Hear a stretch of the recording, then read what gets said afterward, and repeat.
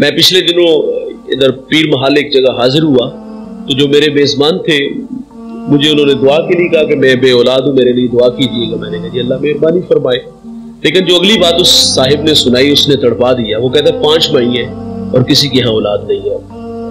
تو اولاد دولت بڑی ہے، بڑی اداسیاں ہوتی ہیں یار، لیکن اللہ کی مرضی بھائی کسی کے ہاں نہ ہو. 5 بھائی کسی کے ہاں بھی اولاد نہیں، اولاد دولت بڑی ہے. دعائیں مانگتے رہے یار، بڑھاپا آ گیا، آنکھیں بوڑھی ہو گئی، اللہ کسی کو بڑھاپے میں اولاد دے دے، 20 سال بعد اولاد دے دے. کتنی بڑی دولت، وارث آ گیا. بھائی جان نعمت ملی تو چرچا کرنا چاہیے تھا. اللہ نے بیٹا دیا تو کیا ہم نے سجدہ شکر ادا کیا؟ معذرت سے کہوں گا یہ ہمارا مزاج نہیں. اللہ نے ہمیں بیٹا دیا تو کیا ہم نے اپنی خوشیوں کو دوبالا کرنے کے لیے سونے محمد کا ذکر کیا؟ معذرت سے کہوں گا ہم نے لوگوں کے مزاج دیکھے ہیں. میرا تعلق ایک دیہات سے اور آپ بھی دیہات کے رہنے والے ہو. ہمارے ہاں جب بچہ ہوتا ہے تو ہم سب سے پہلا کام کیا کرتے ہیں؟ ہم ڈیک آن کرتے ہیں اور اس خیال سے کرتے ہیں کہ اس کے کان میں کسی غیر کی آواز نہ پڑے. او بھائی قابل لعنت تو آواز آپ نے ڈال دی. اس وقت تو حکم یہ ہے کہ اس کے کان میں دائیا کی آواز بھی نہ پڑے. دائیا نے گانا گانا ہے، گالی دینی ہے، بھائی مبارکباد کے 2 لفظ بولنے ہیں نا. لیکن اولاد کا شعبہ حساس اتنا ہے، کہا جب بچہ دنیا میں آئے تو اس کے کان میں سب سے پہلی جو آواز پڑے وہ اللہ اکبر کی آواز ہو، کیونکہ بچہ پہلی آوازوں سے مانوس ہوتا ہے. اس وقت دائیا کی آواز بھی نہ پڑے، اس کے کان میں پہلی آواز اللہ اکبر کی پڑے. اور سید اعلیٰ حضرت نے لکھا ہے کہ جب بچہ بولنے لگے تو اللہ اللہ بولے. اور یہ کس نے سکھانا؟ گھر کے بڑوں نے سکھانا نا، ماں نے سکھانا ہے. جب اللہ اللہ سکھا لو تو پھر اس کو لا الہ کی لوریاں دو. جب لا الہ سیکھ لے پھر محمد الرسول اللہ کی لوریاں دو. پھر اس کے بعد آپ نے جو بھی سکھانا ہے، ماما سکھانا ہے، پاپا سکھانا ہے، ڈیڈی سکھانا ہے، وہ ساری باتیں بات کی ہے. لیکن یہاں سنیے گا بھائی، ہمارے ہاں بیٹا ہوا تو کیا ہوا؟ گانا چلا. بچہ بولنے لگا تو کیا توتلی زبان سے اللہ اللہ بولا؟ انتہائی معذرت سے. ہمارے بچے بولتے تو گالیاں بولتے. اچھا جب زبان پہ پہلی گالی آئی تو گھر کے بڑے سر پکڑ کے نہیں بیٹھ گئے کہ ہماری غفلت کا نتیجہ کس نے گالی دی؟ سنجیدہ نہیں ہوئے کہ زندگی سے گھر سے گالی نکالے. ہم لوگ باقاعدہ حوصلہ افزائی کرتے ہیں. رات جب سارے جمع ہوتے ہیں نا گھر والے تو اس بچے کو چھیڑا جاتا ہے.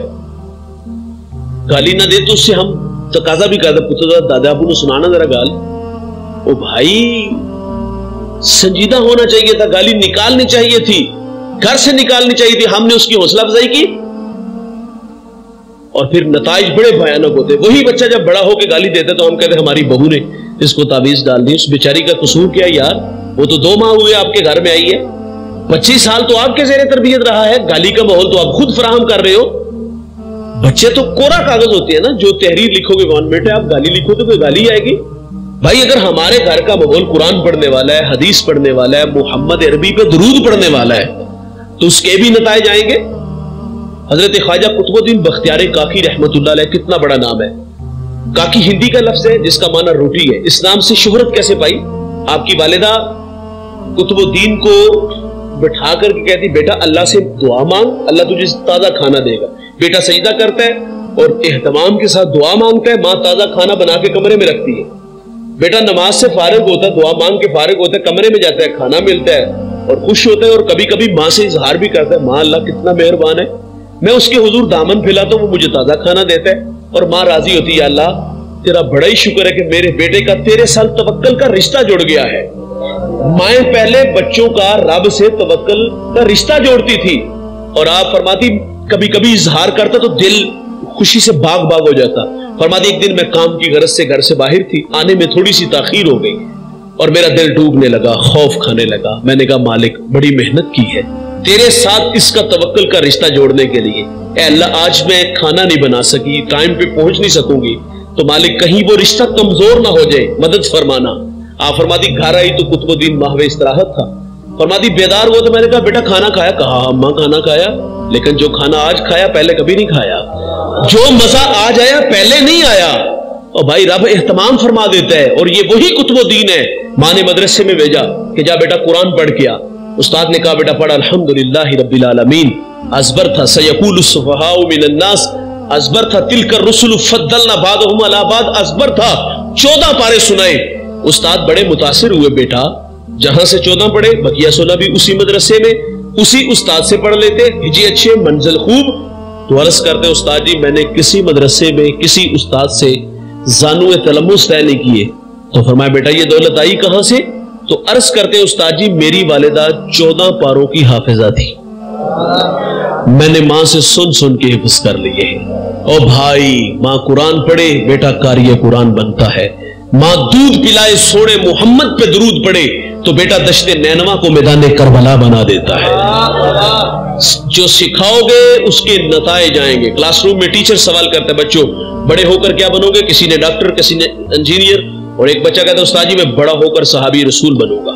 یہاں جھٹکا لگانا کہ بیٹا صحابی تو وہ ہوتا ہے جس نے حضور کا زمانہ پایا ہو, سر کی آنکھوں سے رب کا جمال دیکھا ہو, تو 14 صدیوں کے فاصلے پہ کھڑا ہے, لیکن بتا دل میں شوق کیسے پیدا ہوا؟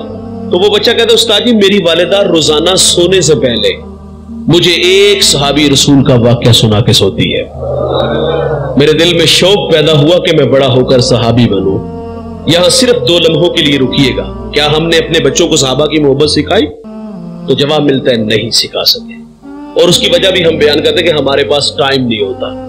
مجھے بتائیے گا, یہاں میں آپ سے سوال کروں گا, اس کائنات میں میرے رسول سے بڑھ کر کوئی مصروف شخصیت گزری؟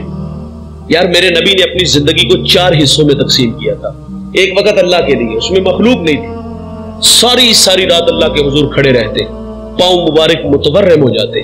عرض کیا گیا حضور آپ مشقت میں پڑے رہتے ہیں, حالانکہ اللہ نے آپ کی برکت سے اگلے پچھلوں کے گناہ معاف فرما دیے. تو میرے نبی فرماتے افلا اکون عبدا شکورا, کیا میں اللہ کا شکر گزار بندہ نہ بنوں؟ یہ اللہ کے لیے وقت تھا. اور ایک وقت مخلوق کے لیے, دکھیوں کے کام آتے تھے, بیواؤں کے کام آتے تھے, اور ایک وقت اپنے لیے تھا. ہم عائشہ سے سوال کیا گیا حضور جب گھر تشریف لاتے ہیں تو حضور کے کیا معمولات ہوتے ہیں؟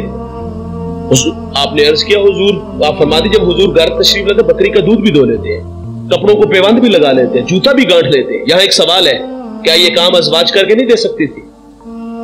بھائین کر کے دے سکتی. حضور اپنا کام خود کیوں کرتے ہیں؟ یہ امت کی تعلیم کے لیے. جو اپنا کام خود کرتے ہیں ان کی طبیعتوں میں عجز پیدا ہوتا ہے, اور جو اپنا کام خود نہیں کرتے یا وہ متکبر ہو گئے یا پھر وہ سست ہو گئے. آج کچھ لوگ کہتے ہیں کہ بھائی مجھے کیا ضرورت اپنا کام خود کرنے کی, میری گاڑی کا دروازہ کھولنے والا ملازم الگ, میرے بوٹ پالش کرنے والا الگ, میرے کپڑے دھونے پریس کرنے والا الگ. اور بھائی اللہ فرماتا ہے محبوب اگر آپ کہو تو ہم بطح مکہ کو سونے چاندی کا بنا دیں. جس کے دربان ابو بکر و عمر جیسے لوگ ہوں وہ کام اپنا خود کرے اور میں اپنا جوتا بھی نہ اٹھا سکوں, میں بازار سے سبزی بھی نہ لا سکوں, میں اتنا کمزور, تو پھر دیکھنا ہوگا یا تو تکبر ہوگا یا پھر سستی ہوگی.